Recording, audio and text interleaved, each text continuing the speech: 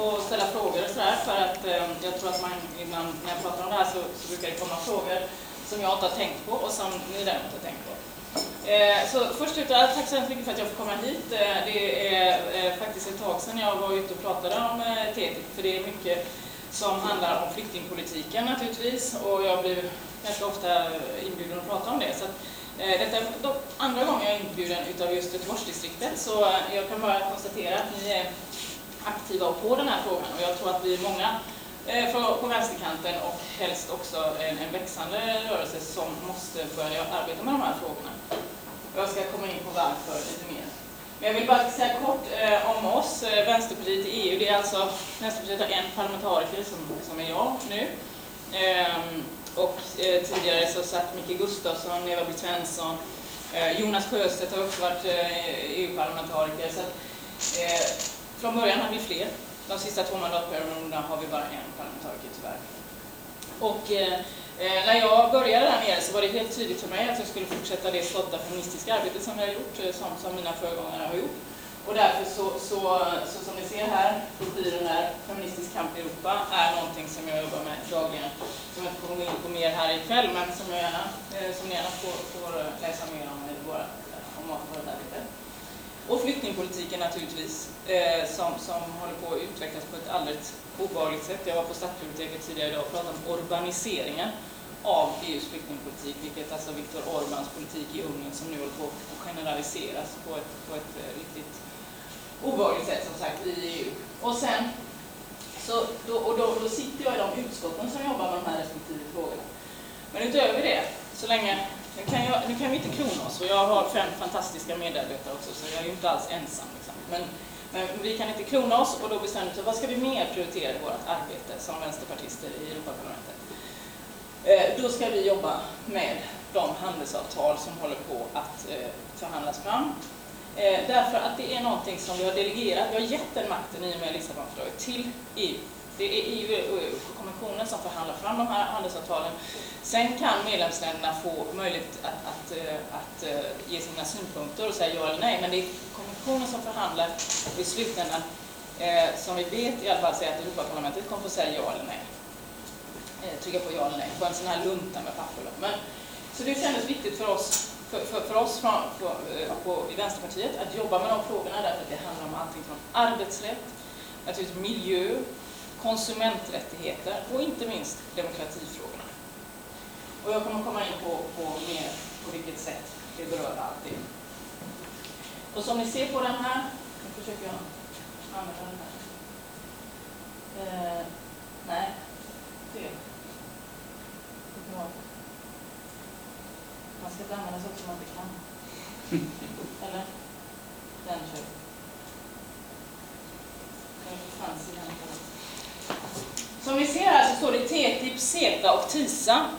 Och jag tänker fokusera på TTIP. TTIP är Transatlantic Trade and Investment Partnership. Och det är mellan EU och USA. Men jag vill också göra er uppmärksamma på de här andra. Därför det här är också stora handelsavtal som EU håller på att framförhandla. Det handlar om CETA, det är Kanada. Ett precis motsvarande TTIP fast med Kanada. Det är redan färdigförhandlat. Det ligger någonstans. Och det är utsatt för någonting som de kallar för legal scrubbing. Jag vet inte ens vad det heter på svenska. Och det har den legat, det här färdigförhandlade avtalet, väldigt länge. Och det handlar om att det inte finns enighet om hur man ska gå vidare med investeringsskyddsmekanismerna. För det finns saker i CETA som redan är färdigförhandlat som man nu stöter på patrull när det gäller TTIP. Och därför har man sagt att vi får vänta med det ett tag och se vad som händer med TTIP innan vi kör vidare med CETA. Anledningen till att det är liksom en slags lilla kusin till TTIP för Kanada är naturligtvis en mindre ekonomi än USAs. Men om CETA blir kvar, om man godkänner det, då är det alltså ett mini-TTIP och USA-baserade företag kommer gå via Kanada för att åtnjuta samma typer av rättigheter som man får genom TTIP, alltså, som vi ska gå in på.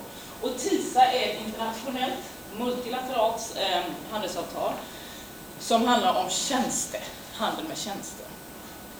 Och där har faktiskt facket för offentliganställda i Europa tagit lite utav tagit upp kampen mot det, därför att de ser att de skulle bli väldigt utsatta om det skulle gå i lås. Men det är också något som hålls på att förhandlas. CETA färdigförhandlat, men inte godkänt ännu, kan man säga. TTIP och TISA som fortfarande håller på att förhandlas.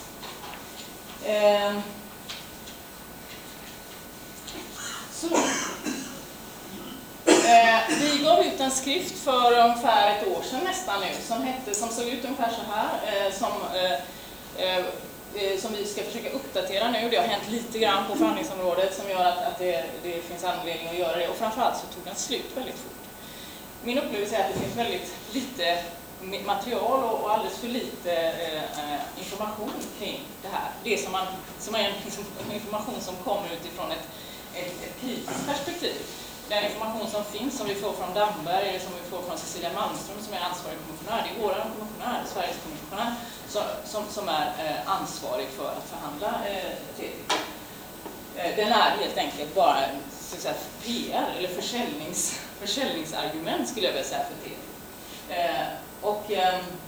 Det behövs en mycket mer kritisk granskning av de här handelsavtalen, och det här handelsavtalet i synnerhet kommer innebära. Vi menar att det hotar demokrati, miljö och arbetsrätt, och jag ska gå in på lite grann hur. Så vad är då TTIP? Handelsavtalet mellan EU och USA. Enligt kommissionen så ska man avlägsna handelshinder. Man ska skapa vinster åt företag, det ska ge ökad tillväxt, BNP och fler jobb. Det är ju någonting som var och en av de här har man genom alternativa studier lyckats visa att när de gick ut och det sa de i EU-valskampanjen, att det skulle ge så här mycket ökad tillväxt. De gick ut och lovade precis till och med antal jobb det skulle ge till varje svenskt hushåll 1500 spänn mer i fickan. Jag vet inte om ni kommer ihåg det. Allt det där fick de ju ta tillbaka sen. Det var ju byggt på fullständigt kvicksandsgrund, deras beräkningar.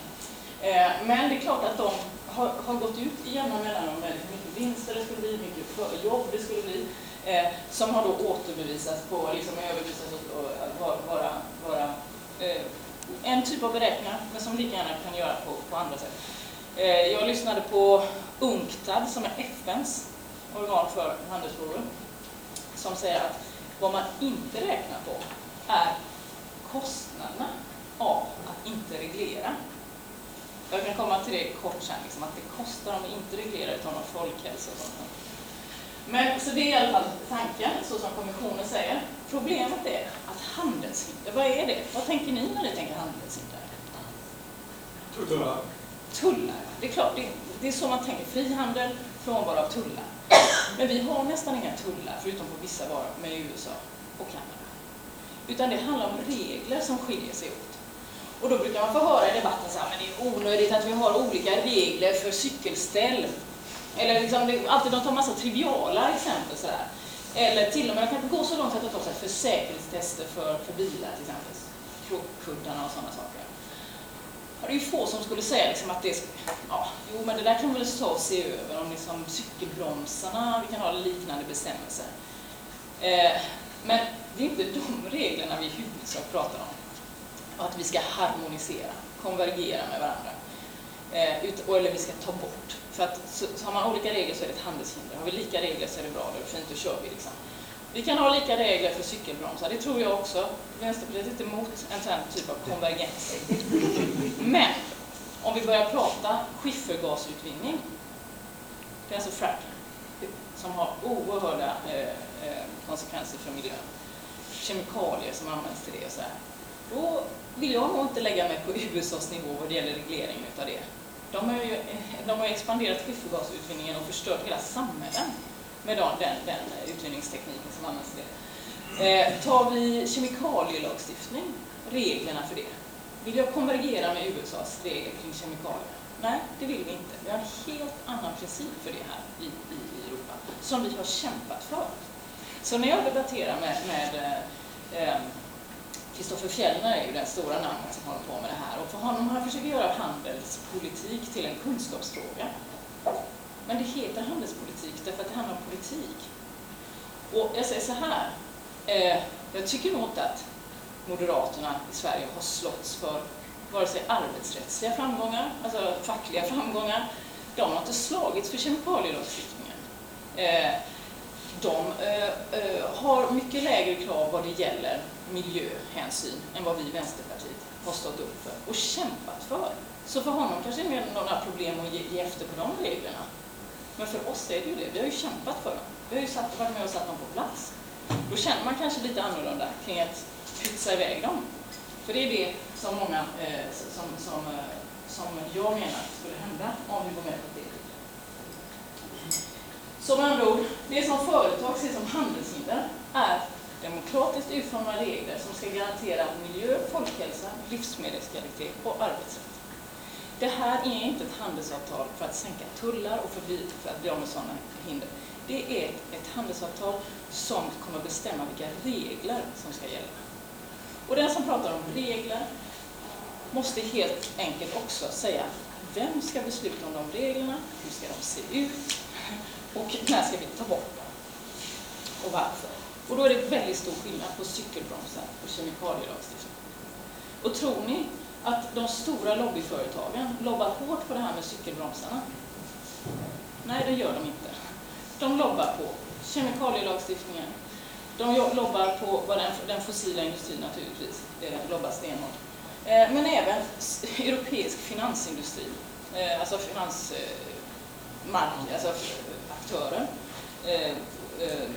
lobbar på USA för de har en hårdare reglering av finansmarknaden, aktörerna.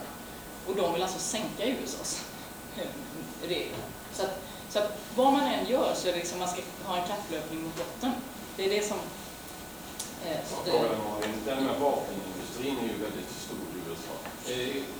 I den undrar den också i det här TTIP att om USA kan börja exportera massa vapen till vapen går ju under en annan FN. Alltså det finns ju andra internationella avtal som reglerar vapenhandeln.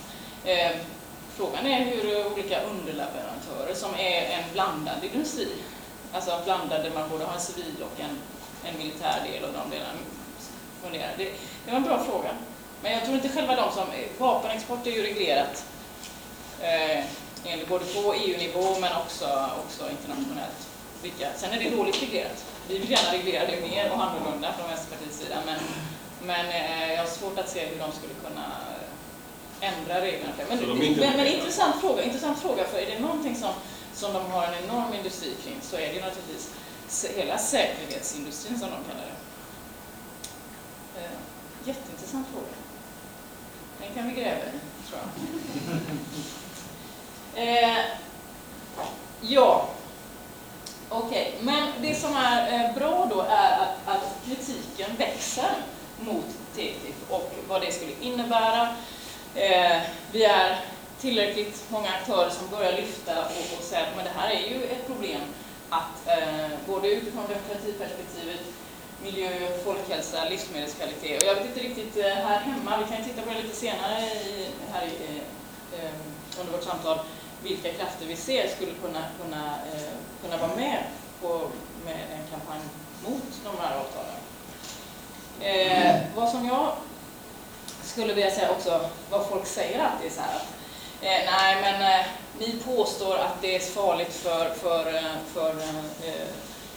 folkhälsan och miljön och så, men det stämmer inte, det är alltid fel och vi överdriver alltid, om du lyssnar på Cecilia Malmström, vi överdriver alltid och liksom, det kommer inte få några som helst konsekvenser. Men så fort det kommer en ny läcka så står det precis svart på vitt där att det är precis så illa som vi hade tänkt oss. Både vad det gäller arbetsrätt eller vad det gäller miljö. Så det inger ju inte något större förtroende. Så vi ska gå in, och så här ser det ut också bara för att se lite grann hur... Detta är gamla siffror. De har försökt putsa till dem. Men så här har det gått till när TTIP började förhandlas. 4% utav public interest, alltså som representerar allmänintresset. Som man lyssnade på i kommissionen, som man liksom remissade med, eller vad man ska säga. Och utav privata sektorn var 92% av lobbyisterna som fick liksom in och snacka med kommissionens representanter. Så man ser ju att det finns ett väldigt stort intresse från storföretagens lobbyister och att allmänintresset är inte speciellt välkommet. Vem är det då som lobbar mest?